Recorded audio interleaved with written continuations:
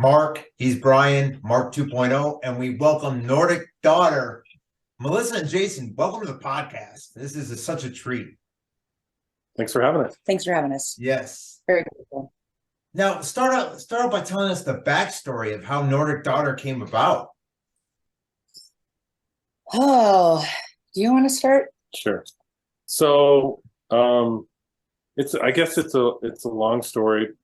It came together very naturally because I met my wife in 2007, Mm-hmm. Yeah.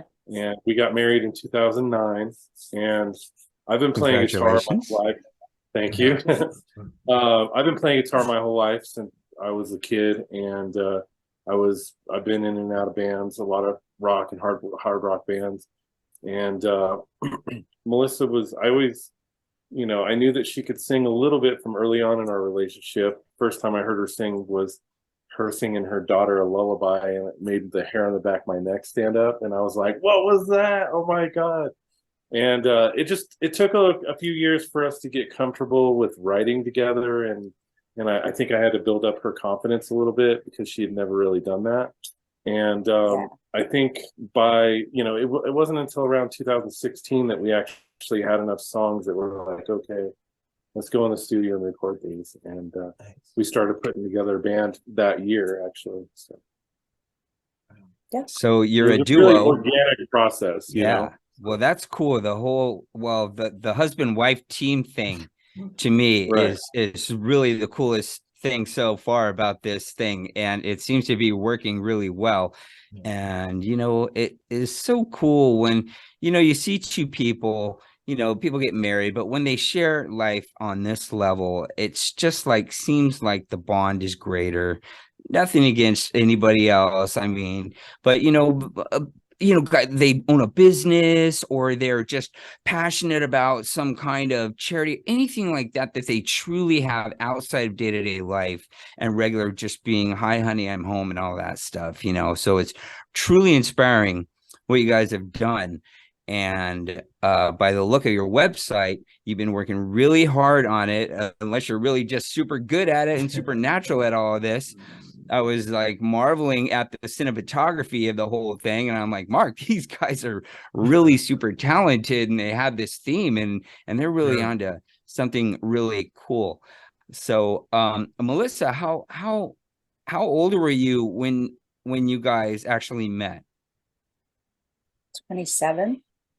We were young. We were babies. I would say, 27. We were both 27 when we met. We met at a party. I was looking at moving from the corporate world into music and entertainment because I just needed something that was a little bit more dear to my heart. I feel like at that age, you're looking for your passions, and you could either go like, hey, we're gonna focus on the money, or we're gonna focus on the purpose. And so I think we connected around purpose.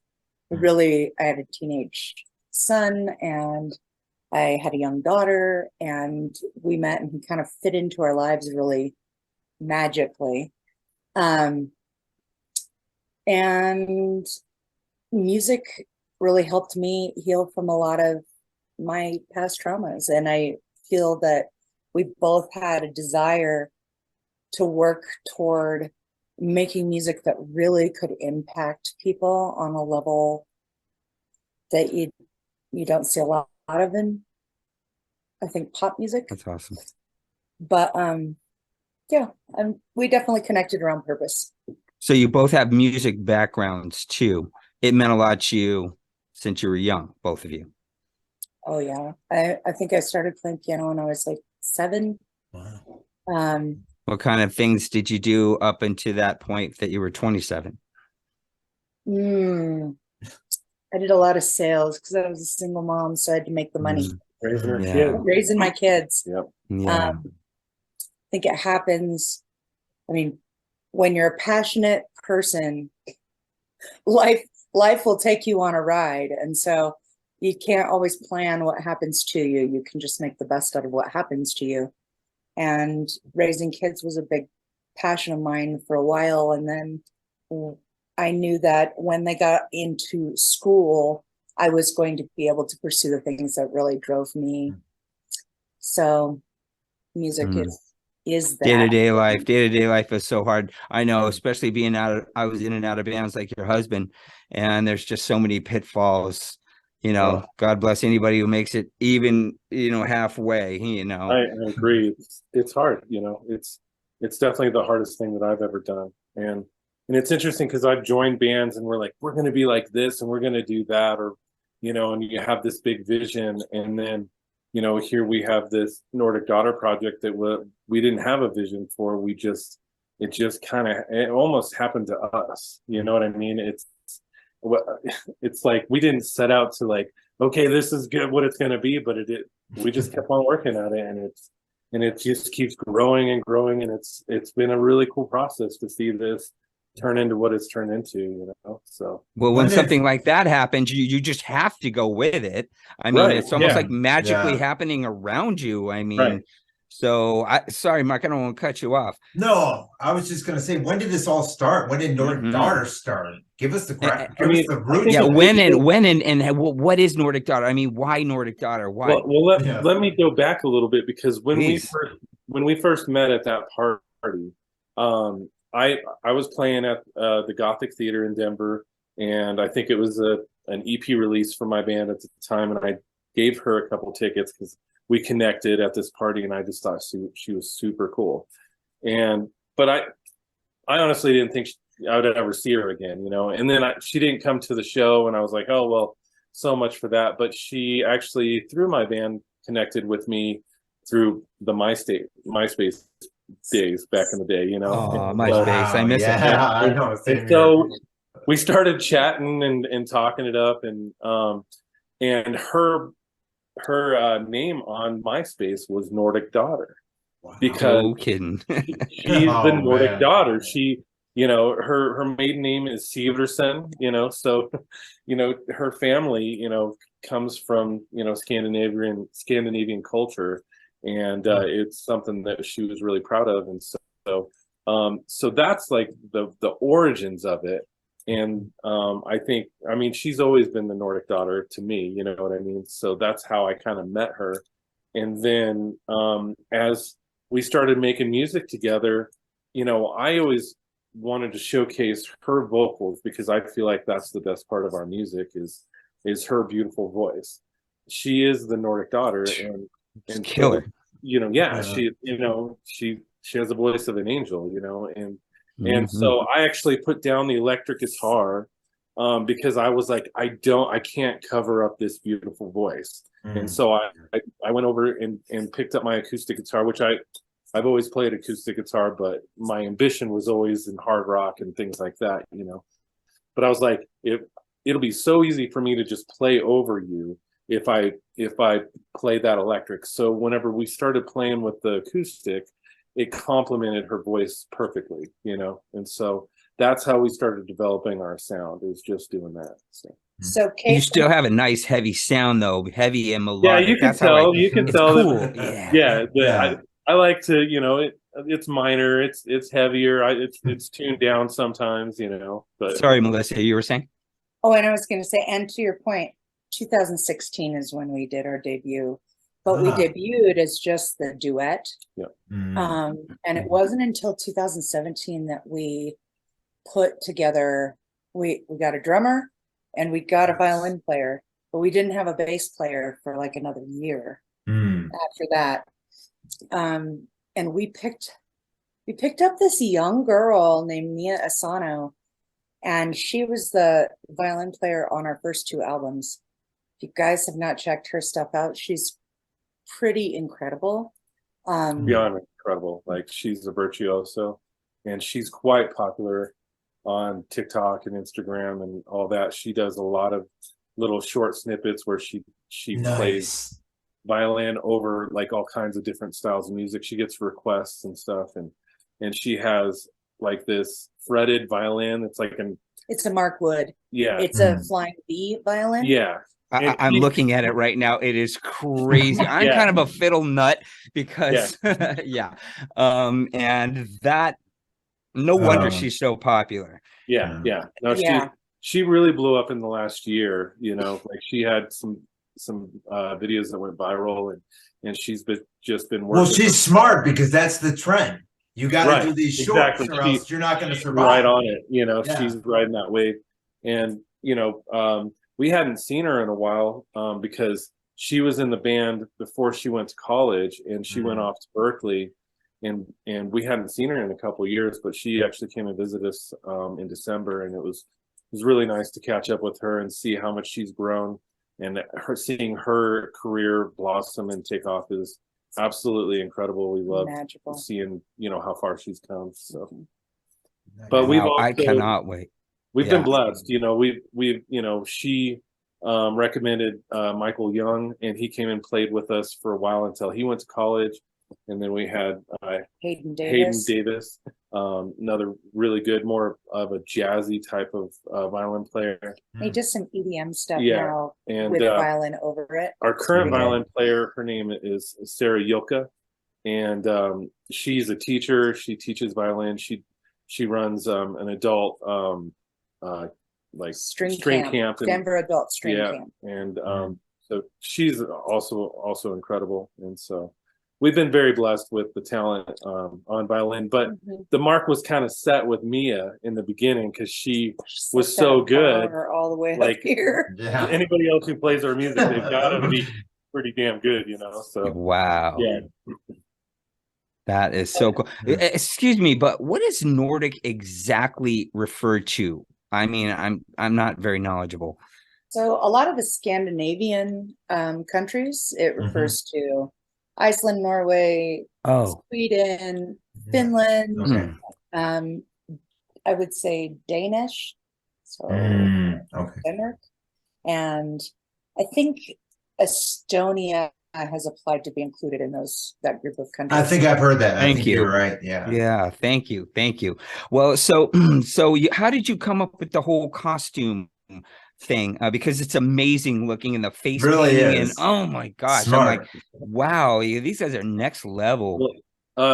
Nordic it's the home of the Viking, and so I mean it was a natural progression for us to start you know going that direction, and we were like, should we do this? Should we, you know, dress up like Viking?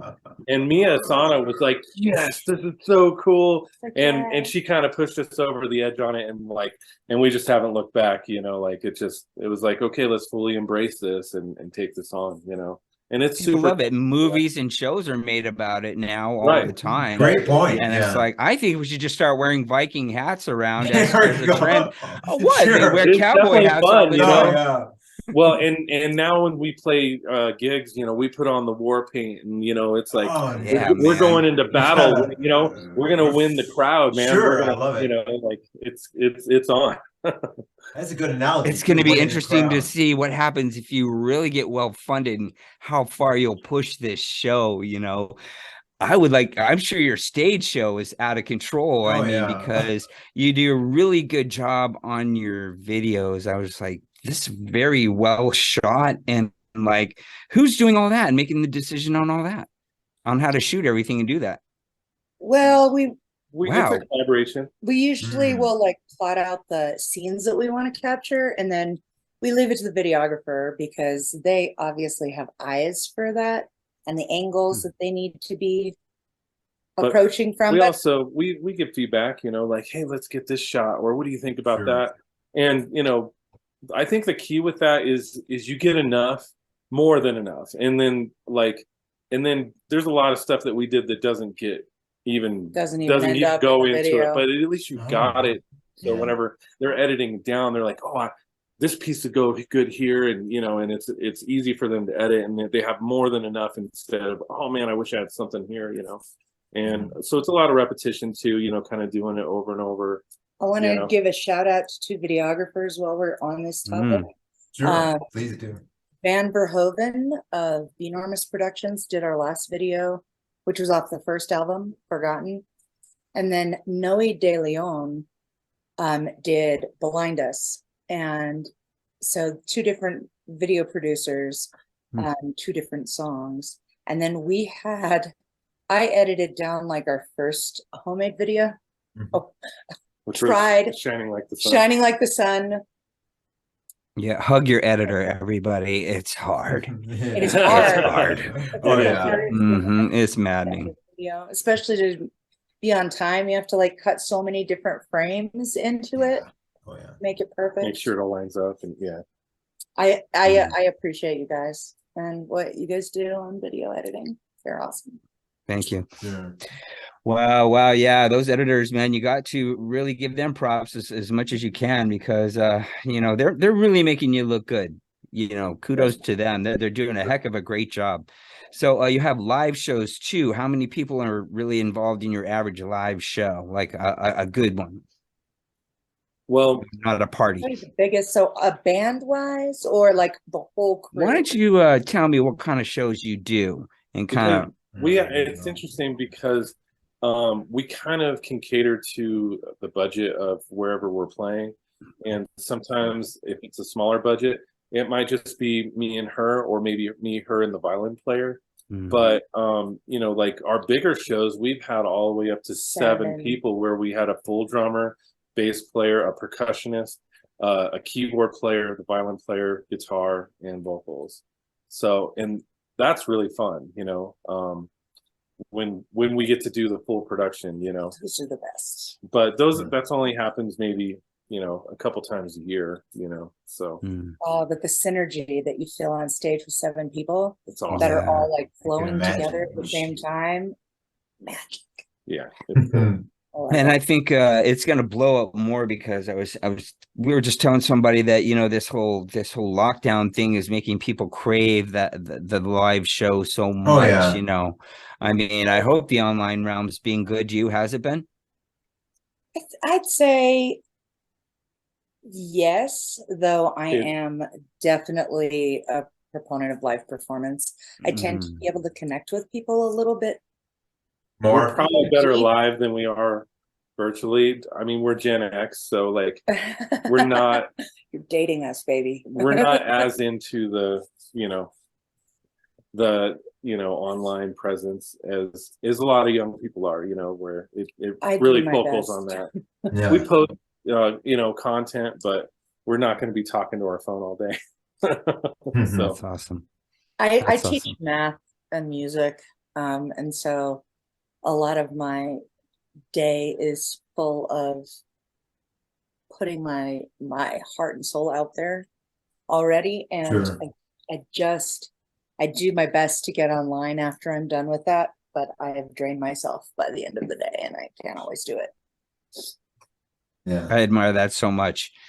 And I always love to ask artists where they were born and what their parents were like and where they were born and stuff, and if they were a factor in their lives. Because why don't you start, Melissa? Okay, I'm gonna start that one.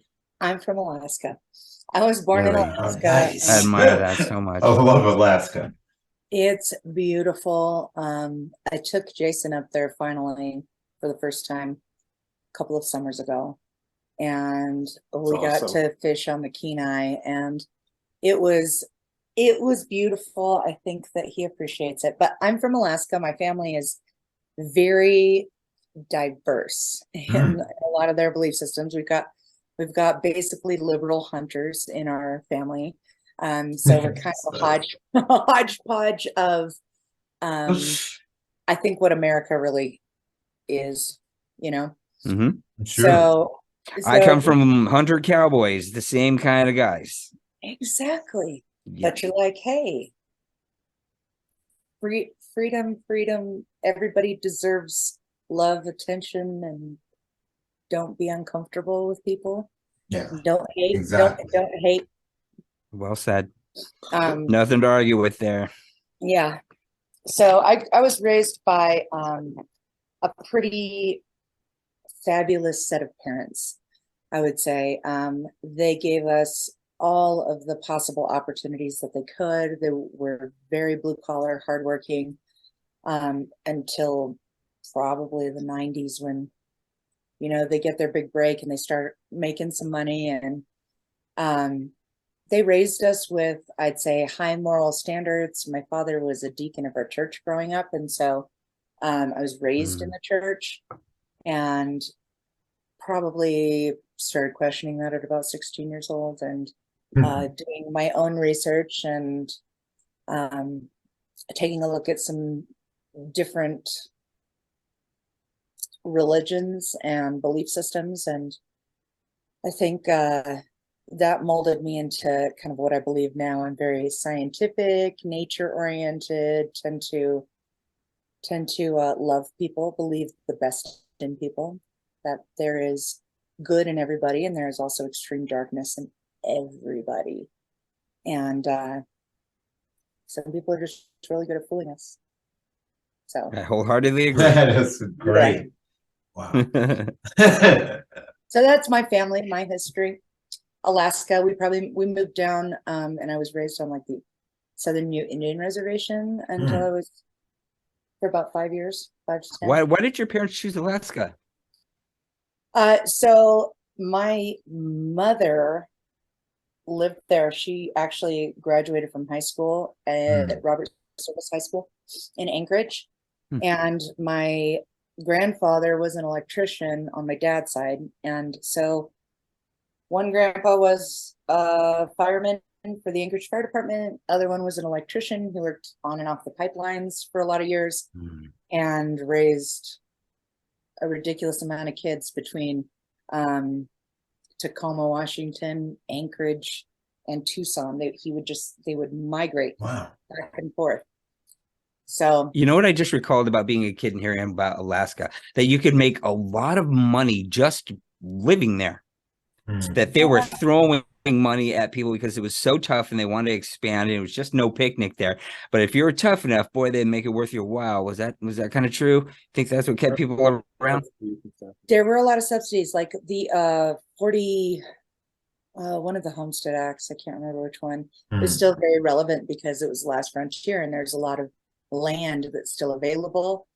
But you have to go homestead and you can't leave it for more than like 5.5 months or something of the year in order to retain ownership of the land. So you have to care for it and really be there full time in order for that to be a valid claim.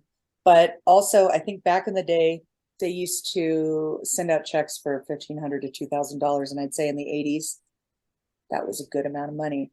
Not so much today, but they still get stipends from the oil pipeline, and that's like 1 million plus people that get that stipend every year.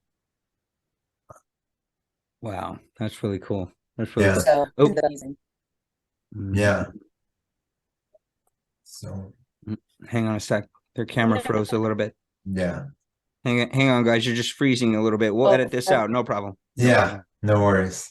There we go. There we go. We're looking good. All right. What about you, Jason? Yeah, Jason. I was actually born in a small town in Missouri called Harrisonville, Missouri. And I lived there until I was about 5 years old. And that's when my father actually passed away. He died in a car accident. Tragically. And at that point, I moved with my mother to Denver, and I spent the summers with my dad's parents out on the farm in Missouri, and every Christmas until I was about 18. And so I kind of call myself a city farm boy because I'd go to school in Denver, and then during the summers, during harvest and harvest season, basically, I'd be out on the farm working with all the animals in the field and stuff. So I got a good upbringing of knowing what city life is, but I know where my food comes from. I got my hands dirty, on the farm in the summer. So I think it helped bring me up cultured, like where I kind of understand those two different lifestyles, and there's pros and cons of each way of living. There's not many farmers out there anymore. It's hard to make a living as a farmer nowadays. But so whenever I was 11 was whenever I got my first guitar, and I told my mom I wanted an electric guitar, Mom. I bugged her for like a year. I want to play guitar, Mom, and And we didn't have a lot of money, so she actually got my uncle to give me an old acoustic guitar that he had when he was a teenager. And I was like, this is great, but I want to play electric guitar, Mom. You know. And my uncle goes, well, if you get good at playing that, then you'll be really good at electric. And I was like, all right, give me that thing. And there's no looking back after that. I was like, this is what I'm going to do with my life, you know. So Nice. yeah. Wow, that is awesome. That is awesome. What are your musical influences, both of you? I mean, You're the rock guy. Yeah. The rock guy. He's the rock guy. Well, I mean, as a guitar player, Metallica was really huge because it's great guitar music, you know, and I saw them so many times. right, yeah, they're great live band. I've seen them quite a few times. But then as I became a teenager, I really started getting into like a lot of industrial music. I was listening to like Ministry, Nine Inch Nails, Skinny Puppy, things like that, you know. You know Skinny Puppy? Oh yeah, oh yeah. Oh, wow. First guess that knows Skinny They're Puppy. amazing live, man. Oh my Nice. God, one of the best shows I've ever seen. You want to talk about theatrics and like a performance and multi-level, like, you know, musical talent, from, you know, the keyboards and the drums and the guitars to very, you know, eclectic like vocal like arrangements. And, you know, I mean, yeah, like I was a super fan of them when I was younger. So I was glad I actually got to see them once. Yeah. So wow. So yeah, so but you know, from my childhood, I you know, like my favorite bands were like Led Zeppelin and Black Sabbath and you know, The Doors and a lot of the classic rock stuff. Oh yeah. But I've, you know, like I just have so many different influences, but I always liked the hard rock growing up, you know. But and then I got a little older, I liked like a Perfect Circle, you know, like Death Cab for Cutie, you know, like a lot of more melodic stuff as I got older. So like I think you kind of hear that in my guitar arrangements, is that it has this dark ethereal like style, but it's really melodic and pretty at the same time, you know. So that's kind of what developed me as a guitar player. And I also I didn't take lessons until like I was like 16 years old. So I didn't even know what a measure was. I didn't know, you know, what A440 was. So when I was trying to play along with the songs on the radio, I wasn't in tune with it. And I was just like, this ain't working. So I'd actually started writing my own stuff. I was like, that was a lot more productive to me because my uncle taught me how to tune the guitar together, but I didn't know how to tune to other people, you know? So, so I learned all these weird tunings and stuff like that, and different ways to like, all right, this sounds good to me. I like it, you know? And I developed my style naturally that way, where and then later on I took lessons and read books and stuff like that, and oh, that's what a measure is, that's what a quarter note is, you know, like. And you know, it was kind of hard actually, because I was actually pretty good at writing my own music, but then I had to slow down and like learn how to read music, learn how to, you know, play with other musicians and be a well-rounded guitar player, you know. So well, it's an amazing thing you've created here, and I can't see why it won't just keep growing and growing now that things are kind of, you know, easing up a little bit across the world. At least I hope they are. It seems like we have a new crisis every 15 minutes, but anyway, you know, it's really great having you here. Is there what are your goals right now? Well, right what are now, your obstacles and what are your goals? We'll do it that way. Yeah. Well, we have a lot that's coming up this year. This year has been, we've got a lot on the calendar. So we're going to be doing a small tour of Alaska in August. Working with the Denali Arts Council, and then a first-year festival that is flying us up out of Fairbanks called Heathen Days and Pagan Nights. So it's gonna be fun. It'll be fun. So we're doing that. We also finished recording the last 5 songs off of the 3rd album. So we have a junior release finally. Now that COVID has kind of settled down, we flew out our producer from Oregon back in October. And so he's been working on mixing and mastering the last 5 songs off of the album. And we'll be releasing those slowly, kind of every 6 weeks. We'll be releasing a single over the next 7 months. First one will drop in March. Nice. So we did a song on this album called Drum de Mai. It is all in Norwegian. So it's kind of new for me. It took me a long, like 6 months to just like listen to the pronunciation of all of the words so that I could get it right. Sure. And not sound like I was faking it. And this song is actually one of the oldest Norwegian written songs. It was from the 14th century, and it's actually written in Old Runic. And so and we definitely kind of took our own vision of it. We didn't like, okay, I'm not going to play this exactly we kind of, the core of it is the same, but we put our own like Nordic Daughter vibe onto, the song and made it our own, which is cool. Yeah. I'm really excited to hear the mastered version when it comes back from the studio. Sure. Yeah, it should be in like a week. Yeah, it's gonna be soon. So we're happy. That is a good idea. The only other thing that we have is we've got a pretty full schedule of requests that are starting to come in for 2023 from June till November. So we'll have a lot of show announcements coming up. Oh, that's great. So you're keeping very busy, and that releasing them every 6 weeks, because smart, single by single. That's the way to go nowadays. It is. People don't buy albums anymore. It's just they don't. Yeah. I mean, they will at the live show, maybe. You know what I mean? That's a good point. Yeah. Coming back. But other than that, it's people have playlists now. I love this song. I want to put it on my playlist. Sure, you hit it right on the nose. We're trying to cater to the new market, and how the industry works today. Smart. It's a beautiful thing, that you can promote and self-produce and just do it yourself. I don't think I'm really listening to anybody anymore that's active, that's like on a label. You know what I mean? I don't listen to the radio, guys.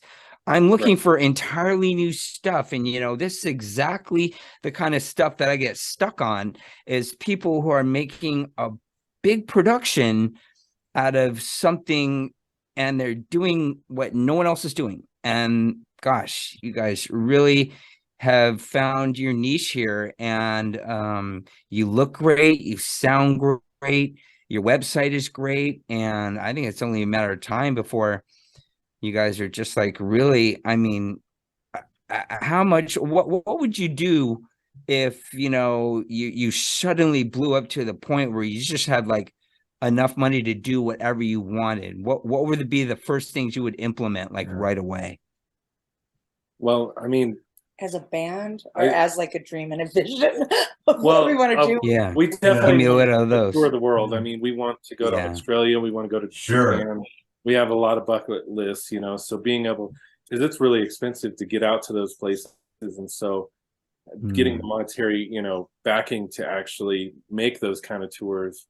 That's a big obstacle for us right now. But I think that also shows how important the live show is to you. Again, that's what you would be doing, is going running around sharing your show live. We'd probably be working our butts off, we would. If we had a lot of success, we would be out on the road for sure. Nice. And making our production even bigger, like doing the really big lights and getting more theatrical with our performances and hiring some dancers, maybe doing we've kind of put together our costumes and stuff like that, but really being able to afford like hand tailored made stuff that's like specifically for us, that would be really cool to do too. We could really dial in our style and what we're doing. Invest. Where do you get all this? Old books and stuff? What's the reference point of all these old looks and stuff? It looks so good. So like some of the furs that are actually sewn together, I had help from a furrier named Andres Sagas. He's a Greek man who has a little fur and leather shop here in Colorado.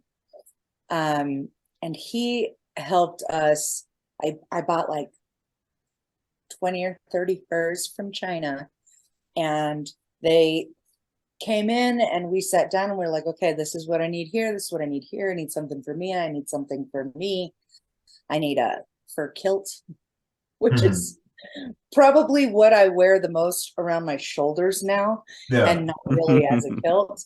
But I feel like a lot of the stuff that we have, I've also piecemealed some of my costumes together. I'll find something old and then I'll sew it together or create something different with it. Yeah, I tend to thrift store a lot. So I'm looking for the type of fabric and material, and then I can put it together. She's actually an artist too. So she actually did the artwork on our first 2 albums. And we sell drinking horns at our shows. And they're on your website too, right? You have merch. I saw those on this. Oh, they're so nice. What a great idea. I know.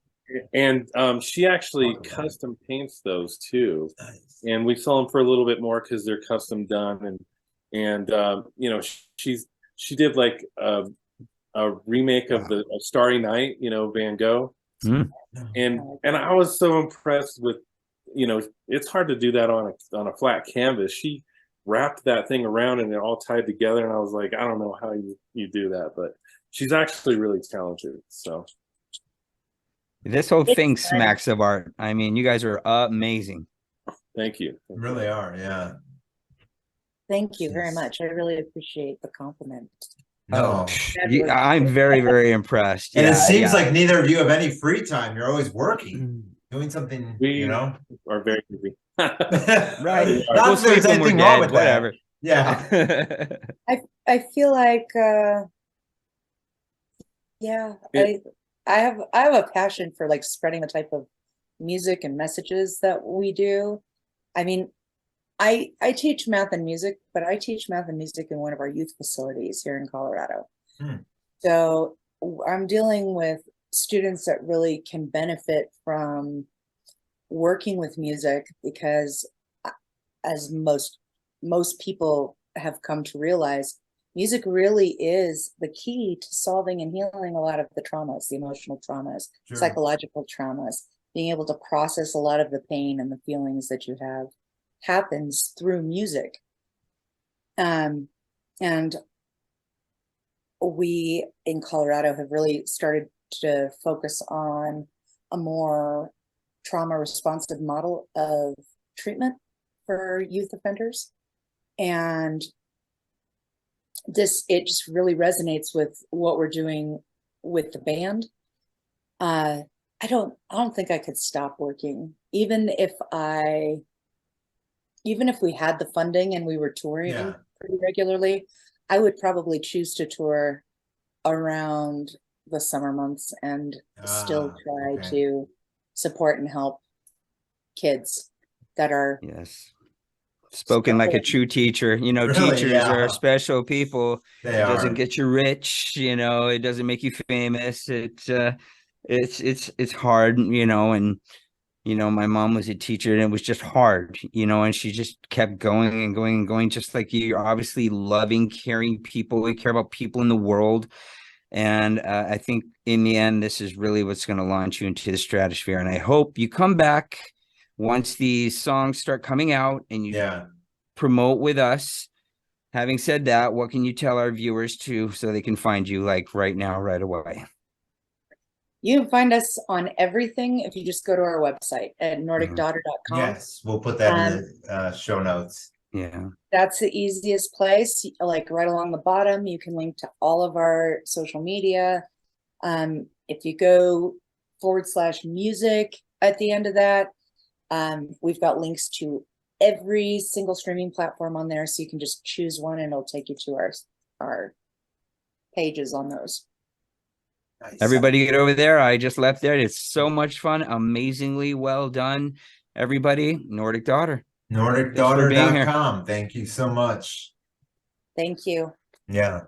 If you enjoyed this podcast episode, click on this playlist to watch even more. And as always, thank you so much for watching.